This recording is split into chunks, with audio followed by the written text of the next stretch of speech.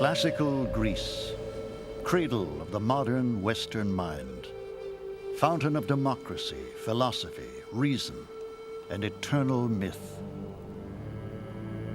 Greek poets sang of a fantastic age before recorded time, an age of gods and heroes, of monsters and epic wars. Until our own century, it was believed that these were merely fables. A brilliant Englishman named Arthur Evans would show us the songs of the poets held a deeper truth.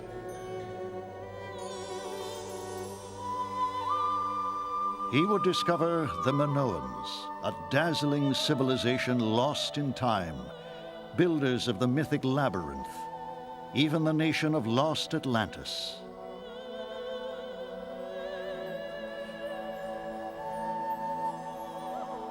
Atlantis, mystery of the Minoans.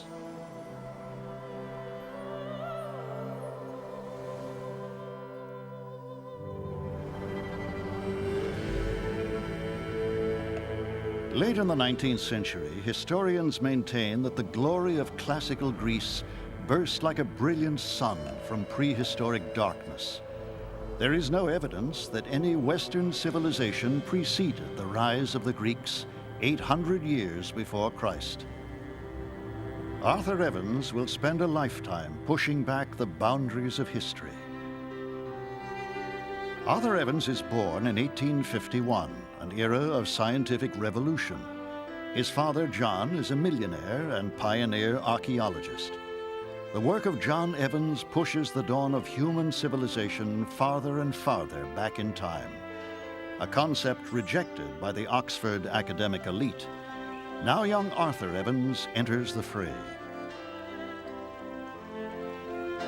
By the time he is 30, he has made his mark as a scholar and a rather wild adventurer.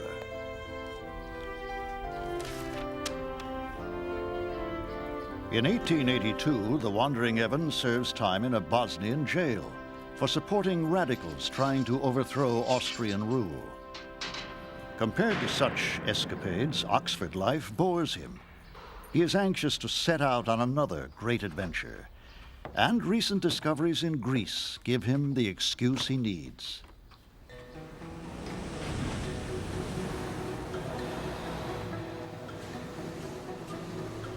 The cause for Evans' excitement?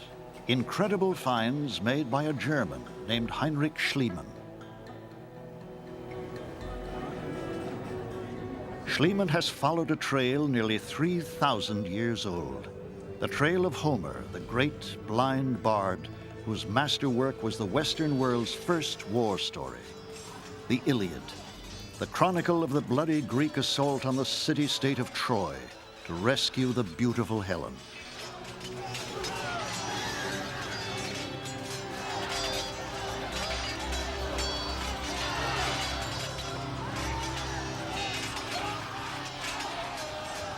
A desperate mission that turned to victory when the Greeks tricked the Trojans, entering the city hidden in a giant wooden horse.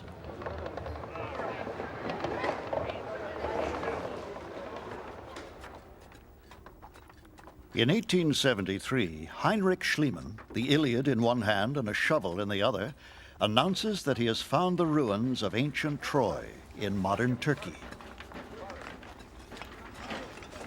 Buried beneath millennia of rubble, the German uncovers a great ancient city he believes can only be Troy.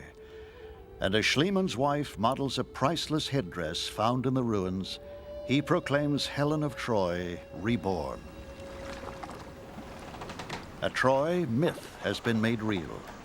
But now Arthur Evans is heading for Schliemann's latest and most spectacular find, Mycenae, the mystic city of the glory of the Greeks. To Homer, Mycenae was the citadel of the great king Agamemnon, leader of the Greek assault on Troy. A fortress whose massive brooding walls have been set in place by the giant Cyclops. Here again, the words of Homer lead Schliemann to astounding discoveries.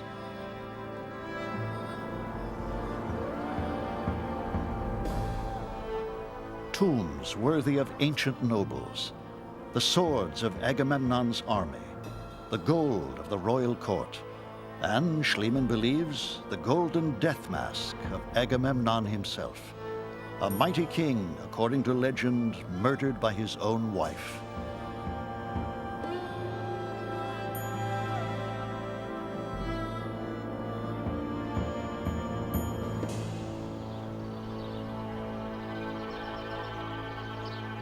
Arthur Evans is obsessed by the riddle of Mycenae. Once it had been a bastion of wealth, power, and artistry, but then, suddenly, Mycenae crumbled, doomed to survive only in the lyric lines of Homer.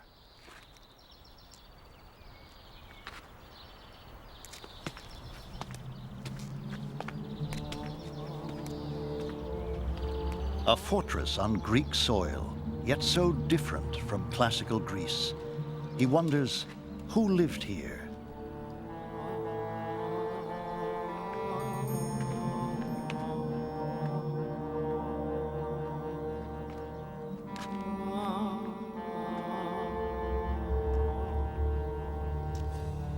Evans is convinced a people advanced enough to construct this great city must have been literate. Throughout what is now the civilized European area, there must have once existed systems of picture writing such as still survive among the more primitive races of mankind.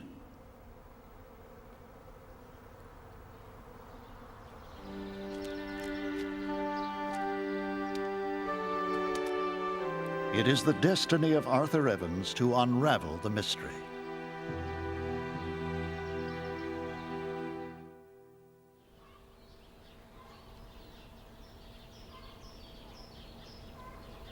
In Athens, after meeting with Schliemann at his home, questions race through Evans' mind. Among the artifacts from Mycenae, there is one that puzzles him, an ancient ring decorated with the image of an octopus. Why would the landlocked Mycenaeans use the octopus as an emblem? Evans speculates, was Mycenae merely one outpost of the ancient Mediterranean world?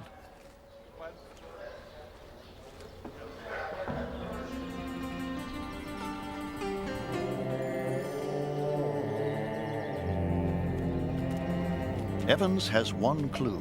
Now he hunts for more. Year after year, he travels to Greece, searching for traces of a culture more ancient than the builders of the Acropolis. In 1892, he writes to his wife, Margaret, in England, of one astonishing find. Yesterday, I was grubbing below the Acropolis and picking out fragments of pre-Mycenaean vases, which no one here seems to have heeded before. Tantalizing clues that Greece's golden age was preceded by one just as great, but completely lost to modern times.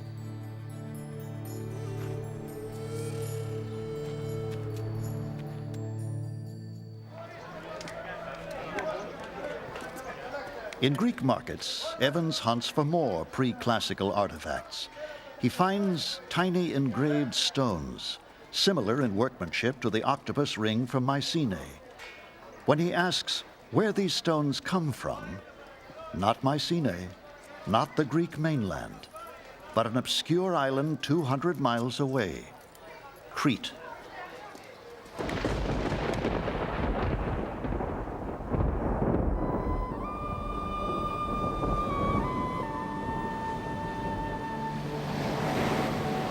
Crete, a magical, legendary island. Its unmatched beauty and its mighty king described in the works of Homer. In the middle of the wine-dark sea, there is an isle called Crete, a ravisher of eyes, washed by the sea. On Crete are many cities. The greatest is Knossos, where King Minos ruled, in council with mighty Zeus.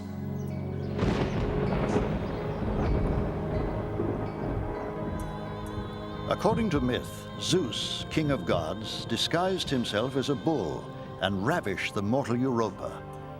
Europa gave birth to 3 sons. One of them was Minos, destined to rule the seas with the world's first navy.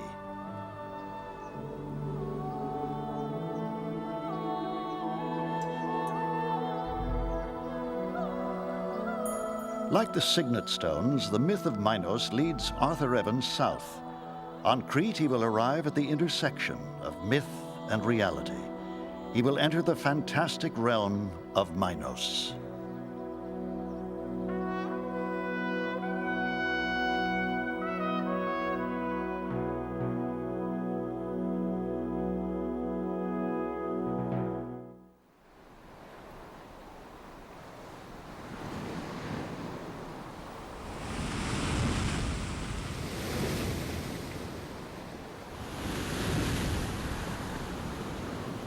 In March 1894, the English adventurer Arthur Evans arrives on the island of Crete, drawn by an obsession with the ancient world that will haunt him for the rest of his life.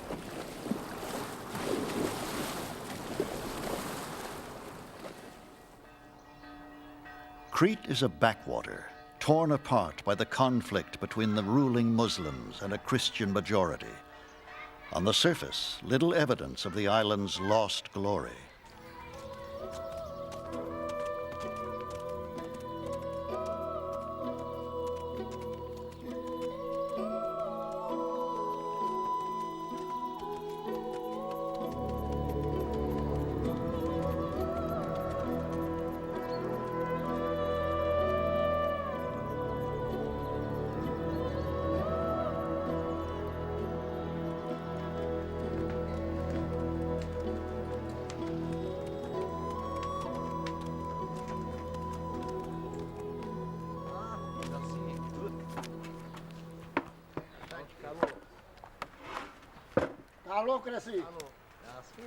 Thank you. Evans finds what he came looking for. More of the engraved stones he had seen in the Athens marketplace. Ancient gems worn by village women as lucky maternal charms. How much, ma'am? 10 drachmas. The engraved gems show that there was here a considerable perfection in art, and excavation may bring untold treasures to light.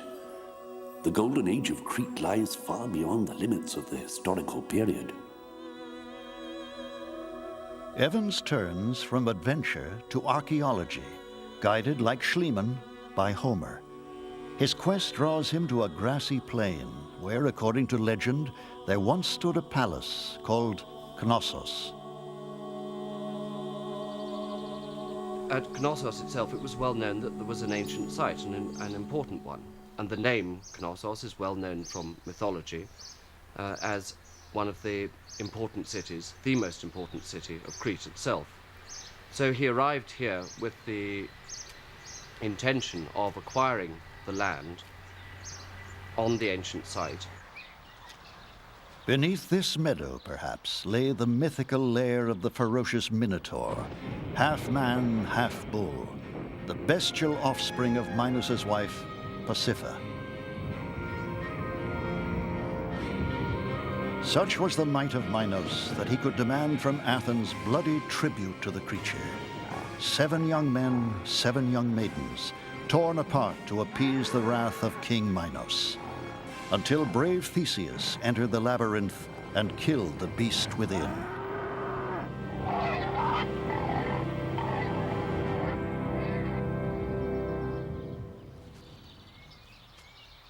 Evans yearns to excavate the site of this gory history, but the only way to secure permission is to purchase the land from its owner. The haggling will take 6 long years. Δύο καφέδες είναι πολλά. Εδώ, από εκεί μέχρι εκεί, θα τα σκάσεις εδώ πέρα, είναι πολλά τα εκτάρια εδώ πέρα. Κοίτα εδώ. A frustrating time made even more torturous for Evans by the death of his wife. I don't think anyone can ever know what Margaret has been to me. All seems very dark and without consolation. In 1897, another blow. The people of Crete face a harsh civil war. On the threshold of a great discovery, Arthur Evans must return to England and wait.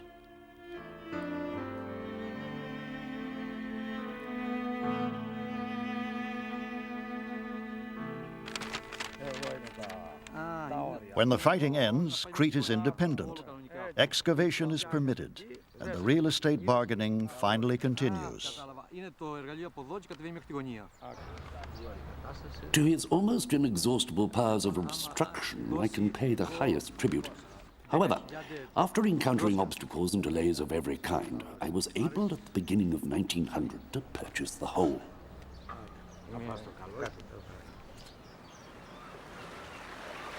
To help with the excavation, Evans summons a respected archaeologist. Could you come supervise, under my direction, important excavation, Knossos? Personal affair terms, 4 months, £60, and all expenses paid. To begin at once, Evans. Duncan Mackenzie will supervise the digging, beginning a partnership with Arthur Evans that will last for 30 years.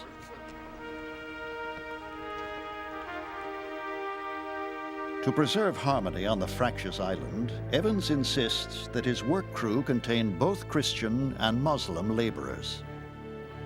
The work at Knossos signals the future cooperation of the two creeds under the new regime on the island. A few months earlier, both parties had been shooting each other on sight. March 23rd, 1900. The ground of Crete is finally broken, and within days the new century is crowned with a legend brought spectacularly to life. At the age of 49, after decades of study and searching, Arthur Evans has found a lost civilization older than classical Greece, older than mysterious Mycenae.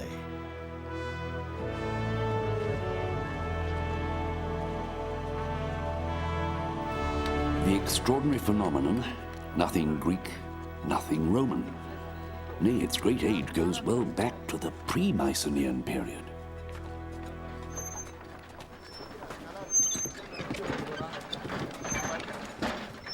On April 5th, after only 2 weeks of work, Arthur Evans becomes the first man in 3,500 years to gaze upon the face of an ancient son of Crete. Not Greek, not Mycenaean. What then?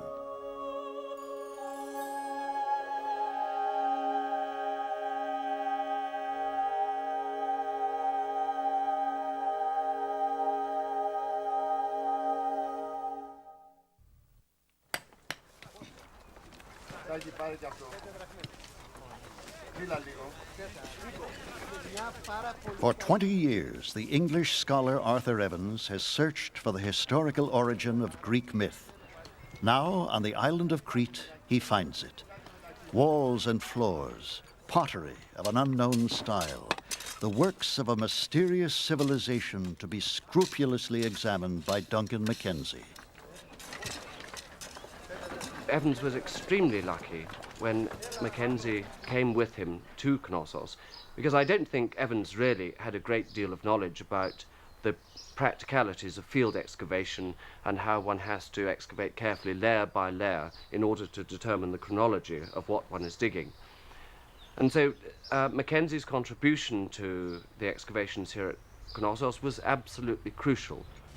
Mackenzie concludes that Knossos is nearly 5,000 years old, and that a great dynasty ruled this land until around 1400 BC, then vanished.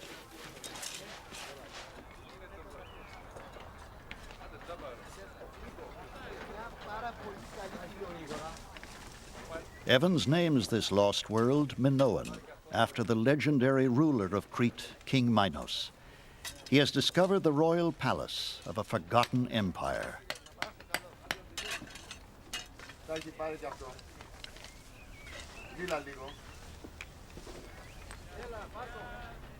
On April 13th, 1900, the workers uncover this elegant chamber at the heart of the royal palace. To Evans, the throne room of King Minos, the oldest throne in Europe. Evans imagines the palace in all its glory.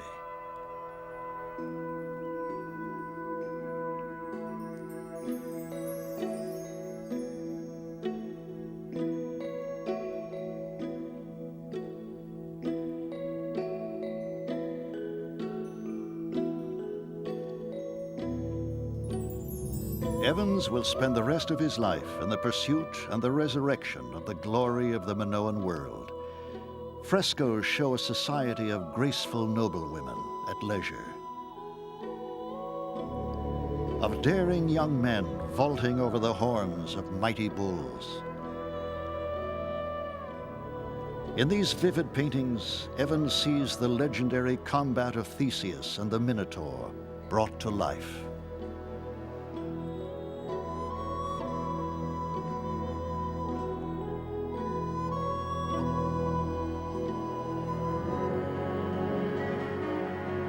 Throughout the palace, images of the sacred bull, symbol of virility and power, echoes of timeless myths.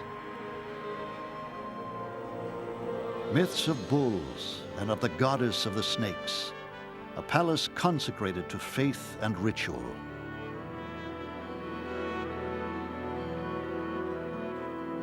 Evans, I think, was correct to see ritual almost everywhere, and it's something which goes hand in hand with daily life. And if we can understand that, then we're halfway to understanding what Minoan life was really all about.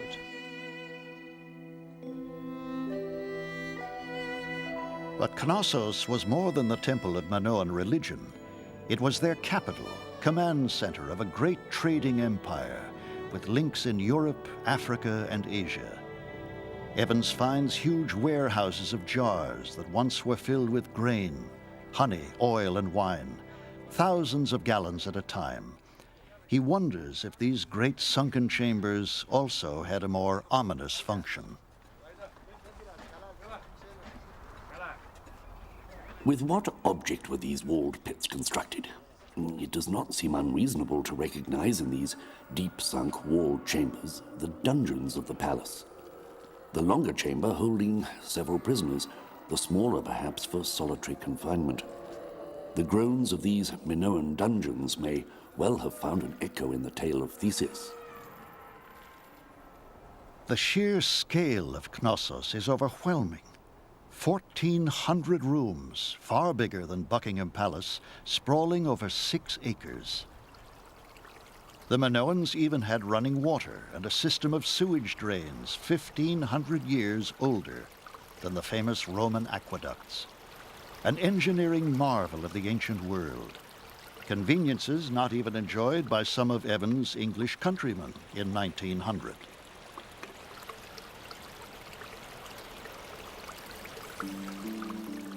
In one room, Evans believes he has found the bathing chamber of the Queen herself. Again, he is transported through time to an elegant room of comfort and grace.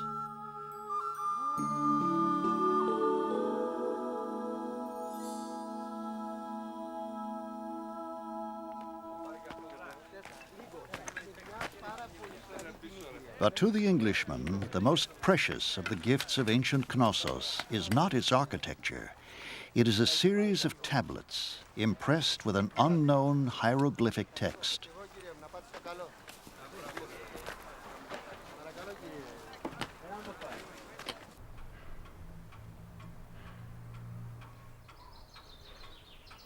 We have found a kind of baked clay bar, rather like a stone chisel in shape, though broken at one end with script on it and what appear to be numerals. I must have about 700 pieces by now. It's extremely satisfactory, as it's what I came to Crete to find.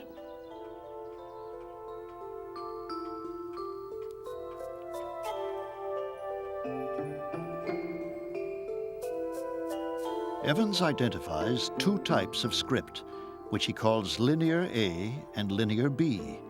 But to read them, Arthur Evans will have to break their fascinating code.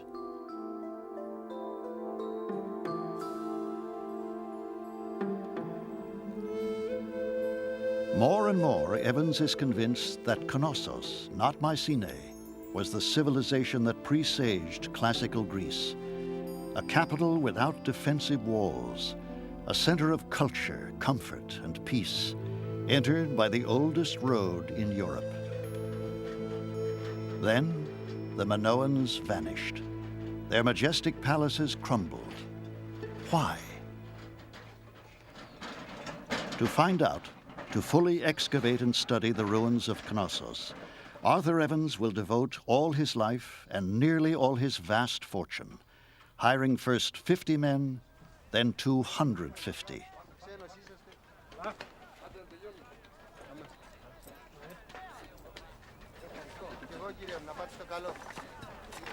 In May 1901, Evans' laborers unearth one of the most marvelous relics of Knossos. Giant stone blocks that Evans realizes must have been part of a grand staircase. For 4 years, with intense effort, the men worked to re-erect the stairway.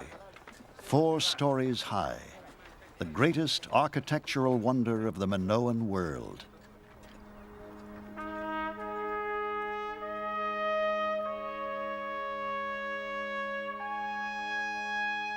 Evans is convinced he has brought back to life the oldest and most brilliant civilization of the Western world. Crete, this comparatively small island left on one side today by all the main lanes of Mediterranean intercourse, was once the starting point and the earliest stage on the highway of European civilization. But if the Minoans were so mighty, why did their empire crumble? The answer may lie in another myth, a myth of beauty and terror.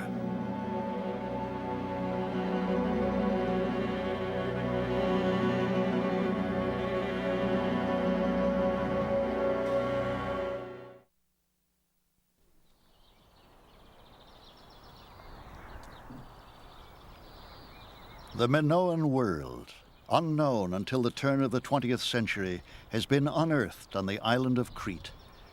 In 1908, their discoverer, Arthur Evans, builds himself a grand new home at the site of royal Knossos. He calls it the Villa Ariadne, named after the legendary daughter of King Minos. The labyrinth of her monstrous brother, the Minotaur, is now completely revealed.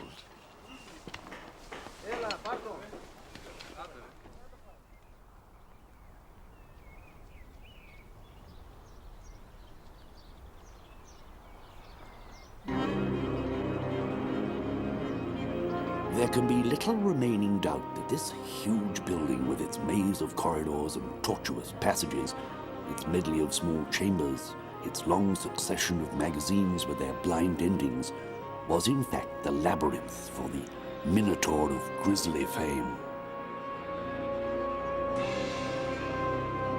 Here too begins the myth of Daedalus, master architect of Knossos, cast into the labyrinth by Minos with his son Icarus, but not for long, as the legend tells us.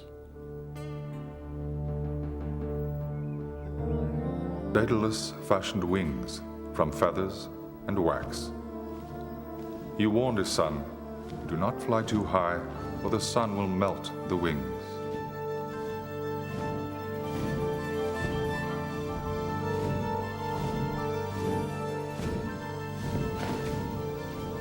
Icarus did not listen. Exhilarated, he soared higher and higher. He fell to the sea and drowned.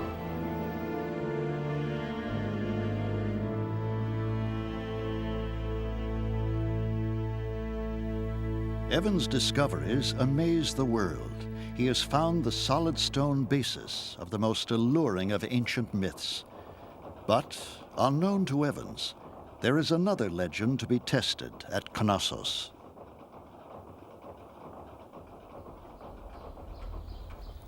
Arthur Evans has brought a forgotten civilization back to life, but it is the Minoan writing that obsesses him.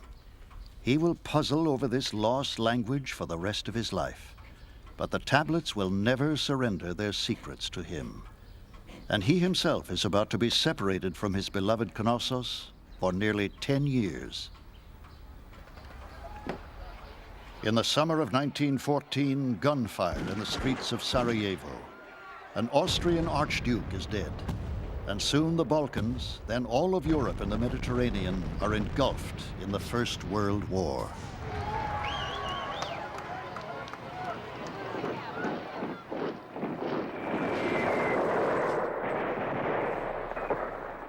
Further excavation on Crete is impossible.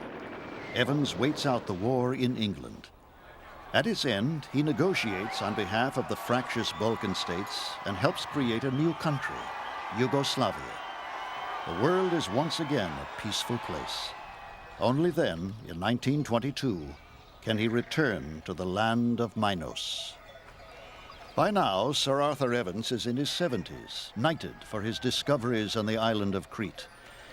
But the work of Sir Arthur is far from over. He embarks on one of the most controversial projects in the history of archaeology, fulfilling a dream to not only uncover ancient Knossos, but to reconstruct it as he imagines its golden age.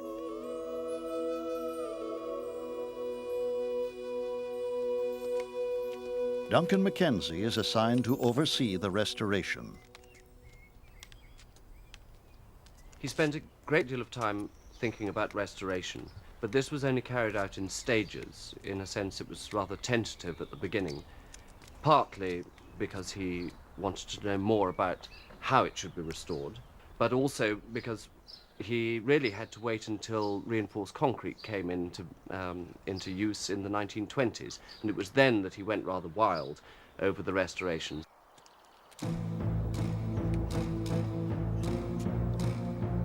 The Palace of Minos is to be recreated according to Evans' vision of the ancient Minoan world. The project is daring and controversial, but Evans owns Knossos. He is respected enough and rich enough to endure the criticism.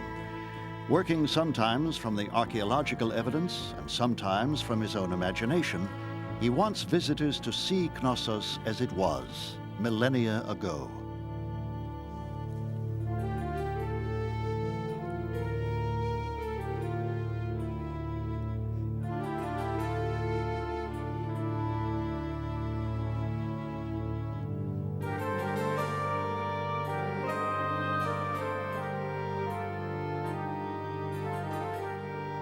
Ancient Knossos has been returned to the sunlight, a city that once ruled the Mediterranean, then vanished. But why? In 1926, Evans believes he has found the answer. When a powerful earthquake rocks the island, he senses the fury of the ancient Minoans' sacred idol.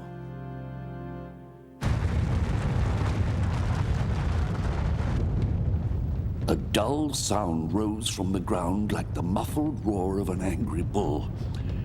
It is something to have heard with one's own ears, the bellowing of the bull beneath the earth.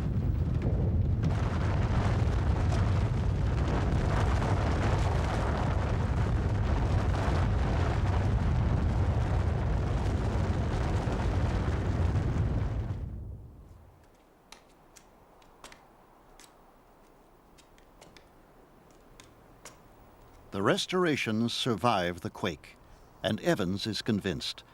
A similar cataclysm must have destroyed Knossos in 1400 BC.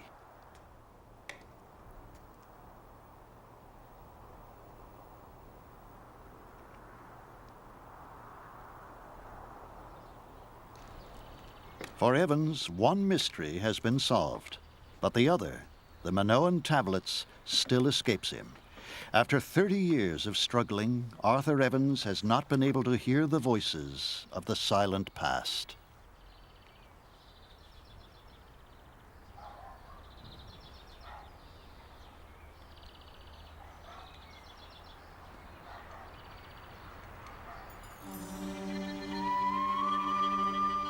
Sir Arthur has resurrected the grandeur of a lost world. One night, ill and feverish, he descends the grand staircase and is immersed in a final, magical vision of the gentle race he rescued from eternity.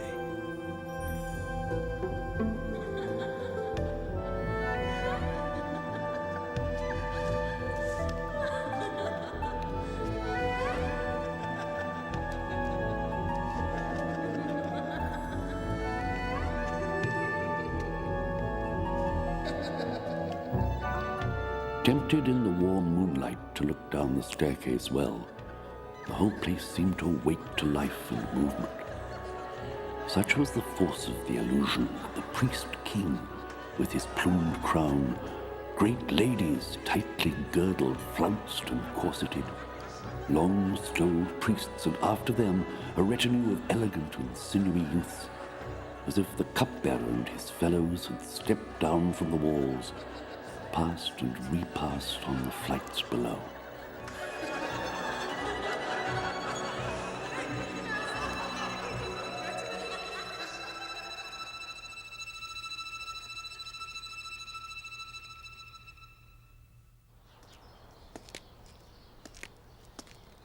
In 1935, Evans leaves Crete for the last time, bidding farewell to Knossos. His life's work is complete.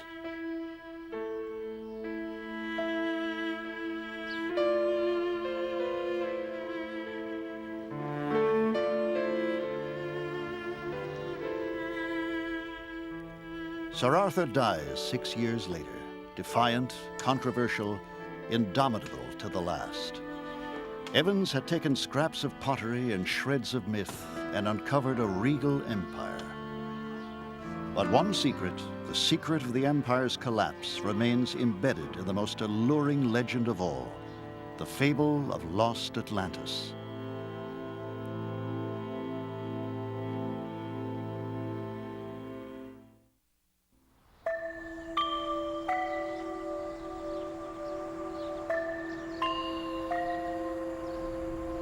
For 40 years, the English archaeologist Sir Arthur Evans labored to find the historical truths behind Greek myth. 2 questions about the Minoans remained unanswered: their language and their demise. After Evans' death, a Greek archaeologist named Spiridon Marinatos picks up the trail.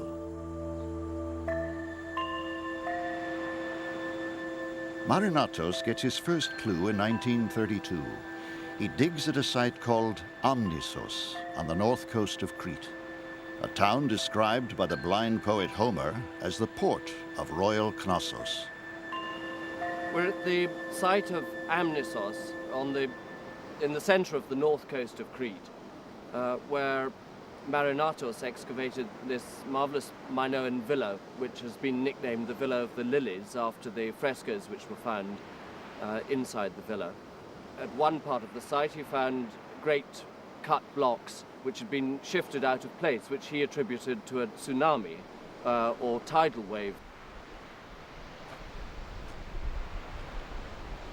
All around here one finds pieces of pumice which are clearly from this Minoan eruption itself, and even on top of this hill here we today have found pieces of pumice which surely can only have got here with a tsunami or tidal wave.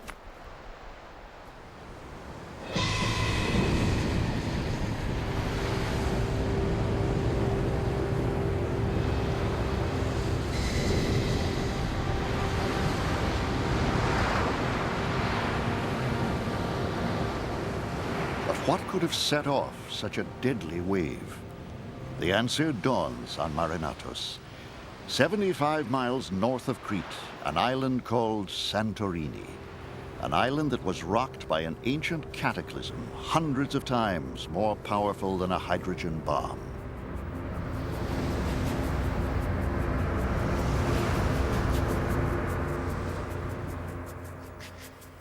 Santorini.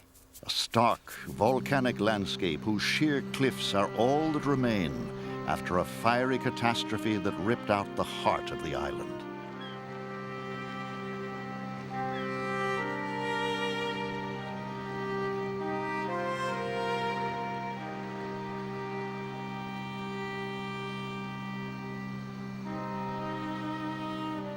Marinatos is convinced. The catastrophe that obliterated the Minoan world is the same one described in the most famous of all Greek legends, the lost continent of Atlantis, recorded by the greatest of all philosophers, Plato. In this island of Atlantis had arisen a great and wonderful monarchy, which ruled the whole island as well as many others and parts of the mainland. But afterwards came a time of earthquakes and disasters. In one terrible day and night, Atlantis sank into the sea and vanished. Plato chronicled the myth of Atlantis in 300 BC, 400 years after Homer's Iliad, 1,000 years after the end of the great Minoan Empire. Was Plato writing a fable or transcribing history?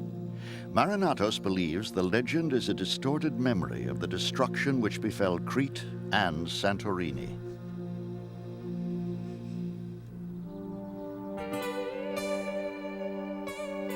Atlantis, as described by Plato, bears an uncanny similarity to the Minoan world discovered by Arthur Evans on Crete. Plato repeatedly describes the Atlanteans' obsession with the mighty bull. In the sanctuary of the city, bulls roamed at large. The princes hunted them with wooden staves and ropes, but with no weapons of iron. When the bull was captured, they brought him to a column and slew him over it, drenching the inscription with his blood.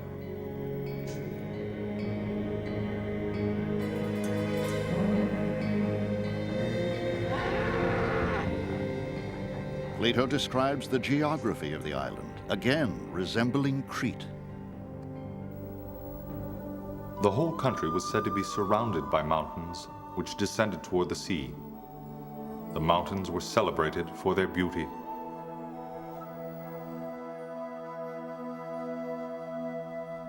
Marinatos believes the Minoans were the people of Atlantis. He's convinced a great secret lies waiting to be discovered on Santorini. 30 years will pass before he can test his theory.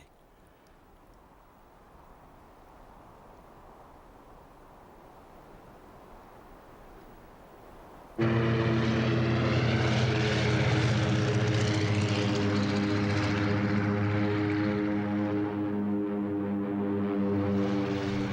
1941, Hitler's blitzkrieg reaches the shores of Crete. Hundreds of patriots are killed. Arthur Evans' home, the Villa Ariadne, is commandeered as Nazi headquarters. Then, at war's end, a bloody revolution in Greece renders field work impossible.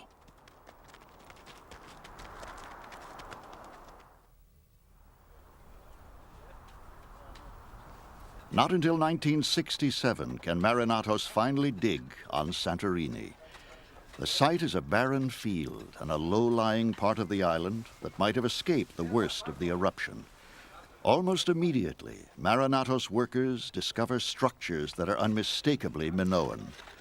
Pots painted in Minoan style, sealed intact in volcanic ash for more than 3,000 years.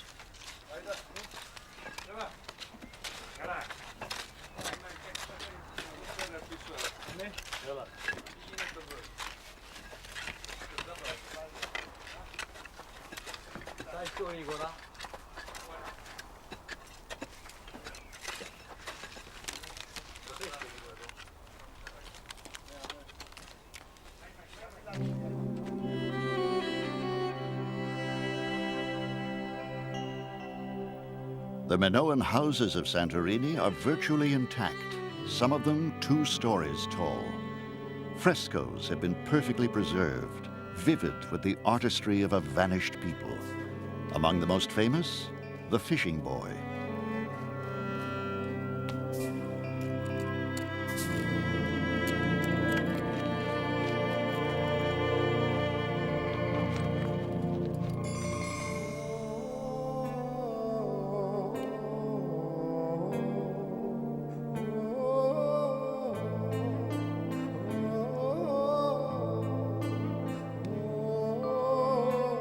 Unlike the wall paintings of courtly life at royal Knossos, the frescoes of Santorini celebrate the lives of a merchant class, as described in Plato's Atlantis.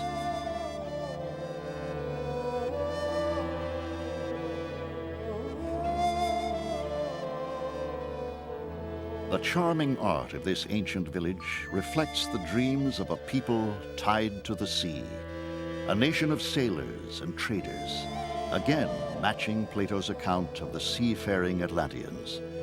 Their ships touch the shores of Egypt, Libya, Mesopotamia.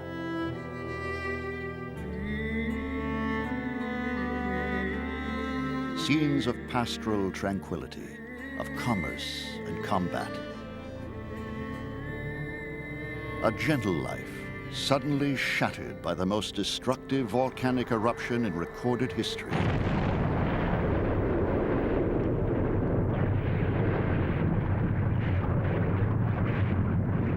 An explosion so powerful that it blew a 32-square-mile wide crater out of the center of the island.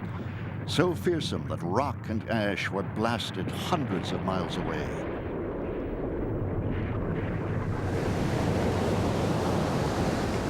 "60 miles to the south, on Crete, Minoan ports were washed away by tidal waves.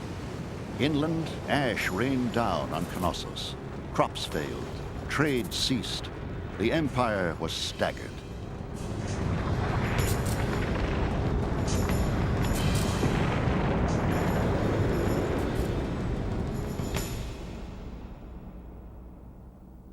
The people of the village excavated by Minoans escaped before the deadly cataclysm.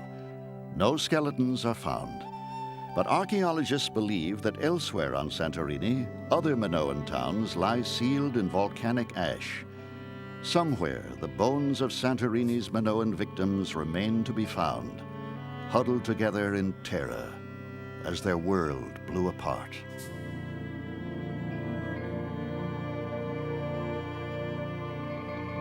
Minoans continues to dig on Santorini until 1974, when he dies at the site. He is buried in an ancient Minoan house, lain to rest in lost Atlantis. But on Santorini, he leaves a mystery big enough to keep other archaeologists busy for many years to come.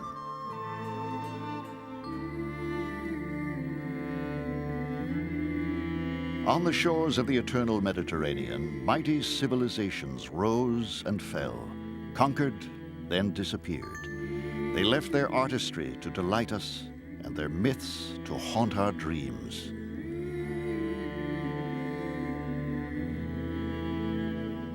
The stones of ancient monuments are the proof of the poet's songs. But each new discovery opens the vault of further mystery. And one of the greatest mysteries of all, the silent tablets of the great Minoan age, will find their voice in the curiosity of a 14-year-old boy.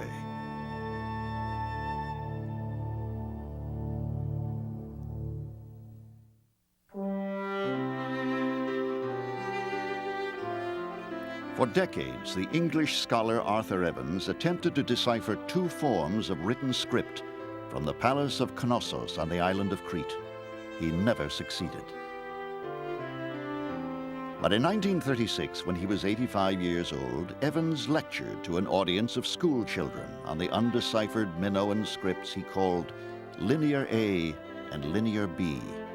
In the audience was a 14-year-old boy named Michael Ventris, who decided then and there that he would be the one to break the code. It takes him 16 years, but he succeeds. He deciphers Linear B.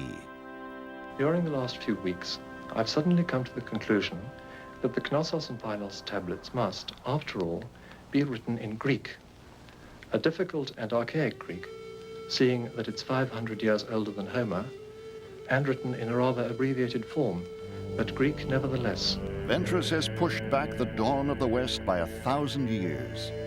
The names on the Linear B tablets are those of Greek legends: Hector, Achilles, Poseidon, Zeus. Proof that Western culture did not begin with the Acropolis, with Homer, or Plato. It began with the Minoans. Tragically, Michael Ventris dies in an automobile accident in 1956, before he is able to decode the even older script, Linear A. That language remains undeciphered today.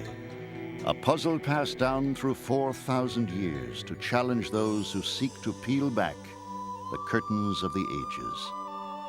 To explore at the borders of myth and wonder, where truth meets the mystery of time.